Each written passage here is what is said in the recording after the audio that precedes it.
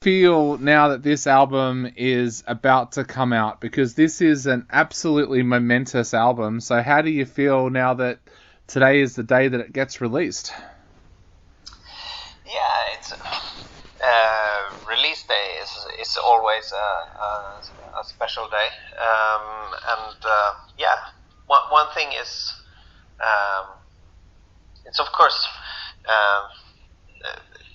well, the most important part is of course the process of creating an album, but it yeah, releasing it out into the world, and yeah, at that point it sort of lives its own life, which is always a special feeling. Yeah.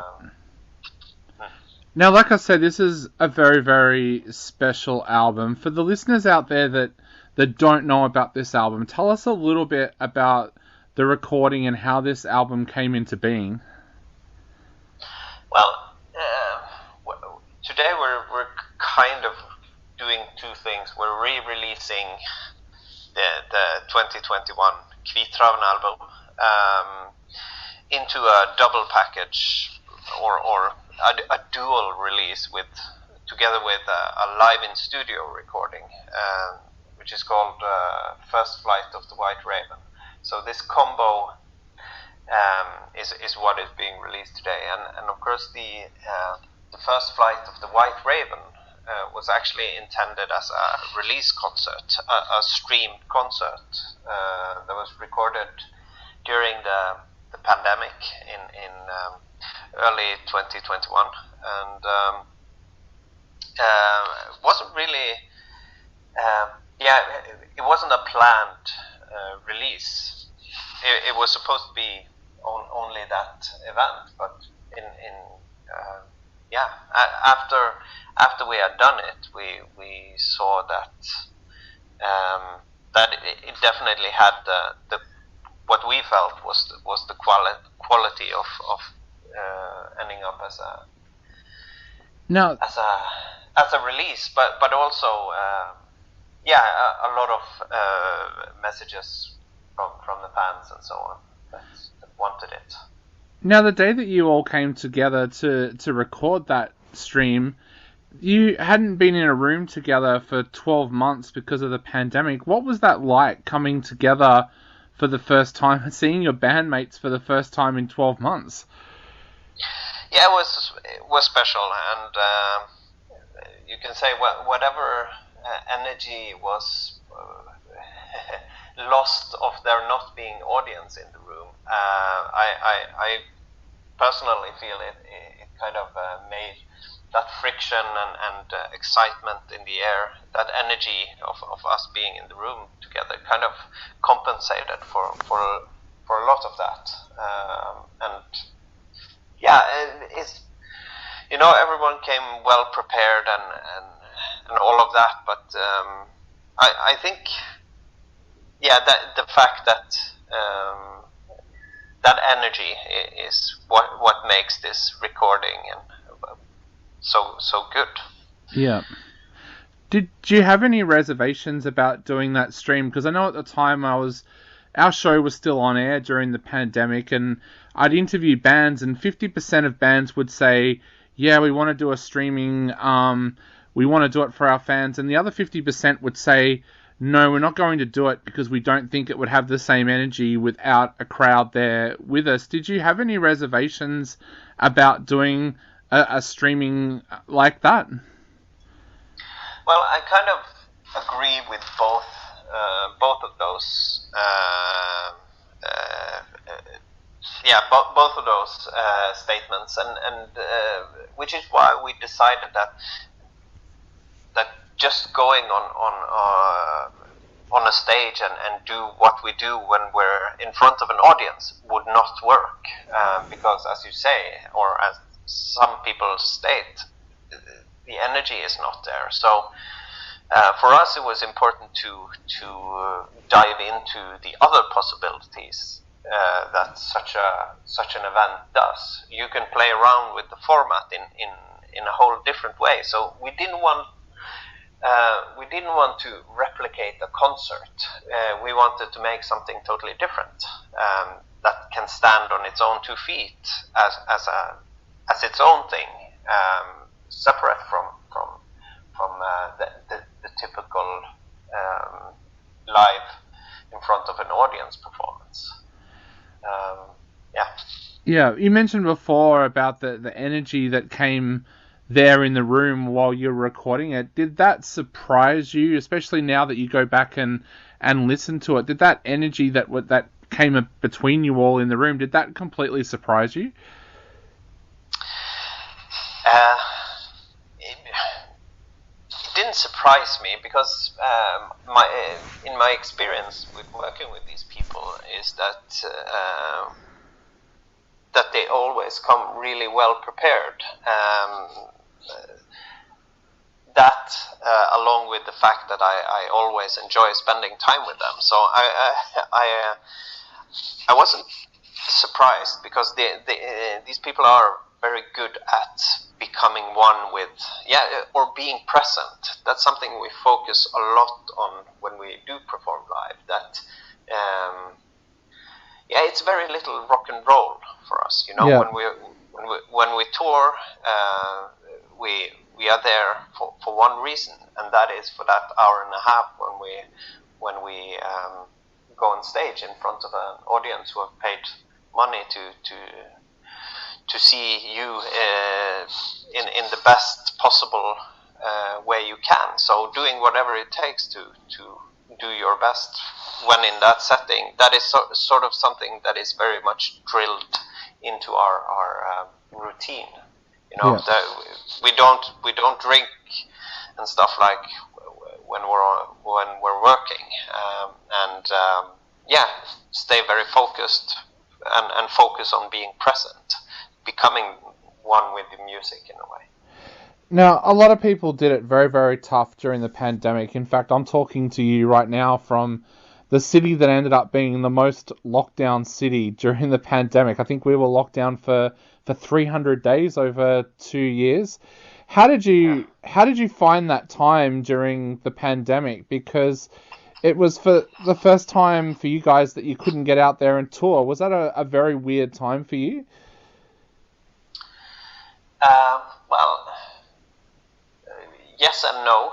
I would say that, of course, when we saw that this was actually happening and things were closing down, the world was shutting down, and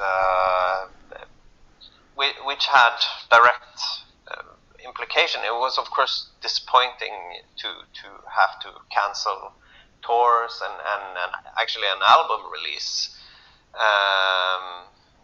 When you've put so much effort and planning into it for years, that was, of course, very disappointing. But I kind of switched around and tried to have a constructive focus on it. And I was lucky in the sense that when I had a lot of studio work to do because so I could kind of switch around my workflow. At the time I was working a lot with the music for Assassin's Creed Valhalla, the video game, and that situation allowed me to put even more focus into that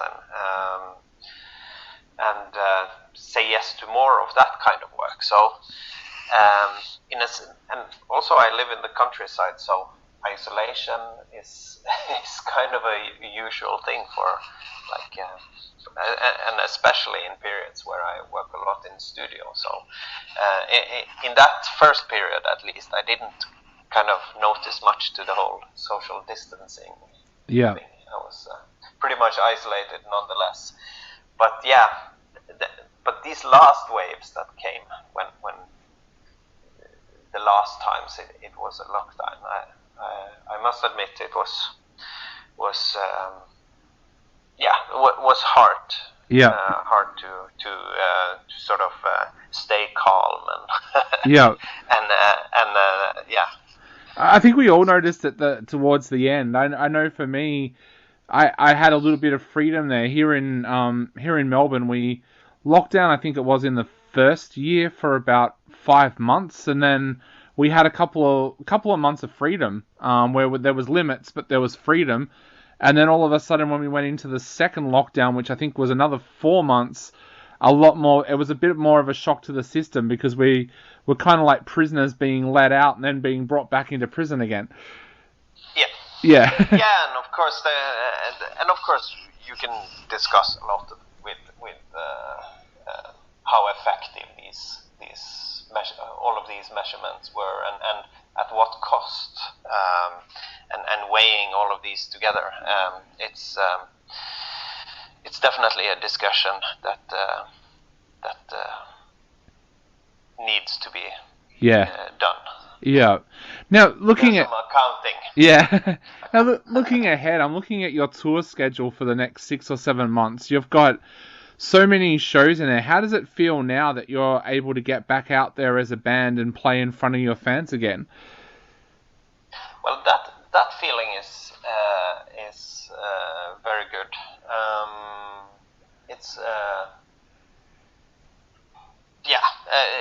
It's fantastic to be back in front of a crowd and having that dialogue with our audience is fantastic. We've felt so welcome wherever we've traveled now since the opening. Of course, as you say, during this time we've been juggling around 4 or 5 different tours, so that means there is a lot more concerts than we normally do. Normally within a year we perhaps do 1/3 of this amount. So that's going to be interesting, probably challenging as well. But at the same time, it's it has a cost, but it also has a great reward. Now, a lot of your Australian receive back. Yeah.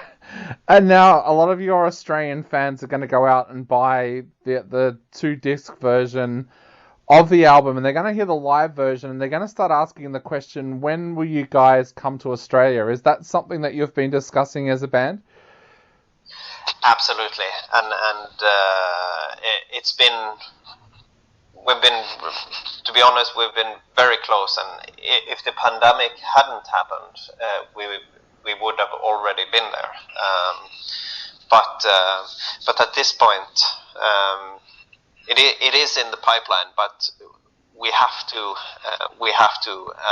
focus on all the things that all the shows that needs to be done now before we dare to start planning new things. So as soon as we see that things are stable and we've sort of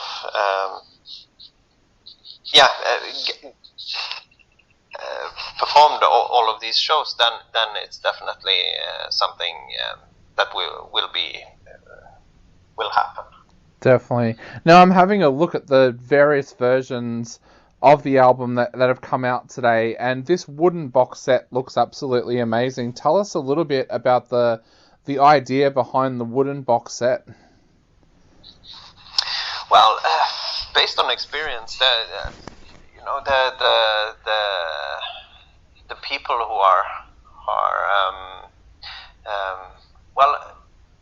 I guess physical products in these times, it's a fan product. It's mostly for the fans, and the importance of doing quality products is very important these days. It should be always, of course, but since everything is digital, you at least need to focus on quality on whatever you do of physical products. So in this box, it's basically you get the double CD, you get the vinyl version of the live recording, you get a signed photograph of yours truly, a certificate of authenticity, and you get a huge flag of the new White Raven cover artwork. Awesome. I think I'm remembering him. Yeah, that's what's written in front of me. So, and I know a lot of Australians are going to order that because we have a lot of our listeners love having physical product. It's really funny when we go to events and we meet our listeners and we talk to them. They've always got an armful of vinyl that they've just picked up from some of the stalls there. So they will definitely order that. So I guess to finish up, what would you like to say to your Australian fans out there before they go out and grab this amazing release? Well, basically just that I know that we have quite a bit of an audience down there, and so we know you're there. You're not forgotten or anything, and I promise at some point we'll when it's possible to do so, we will visit down under with our music.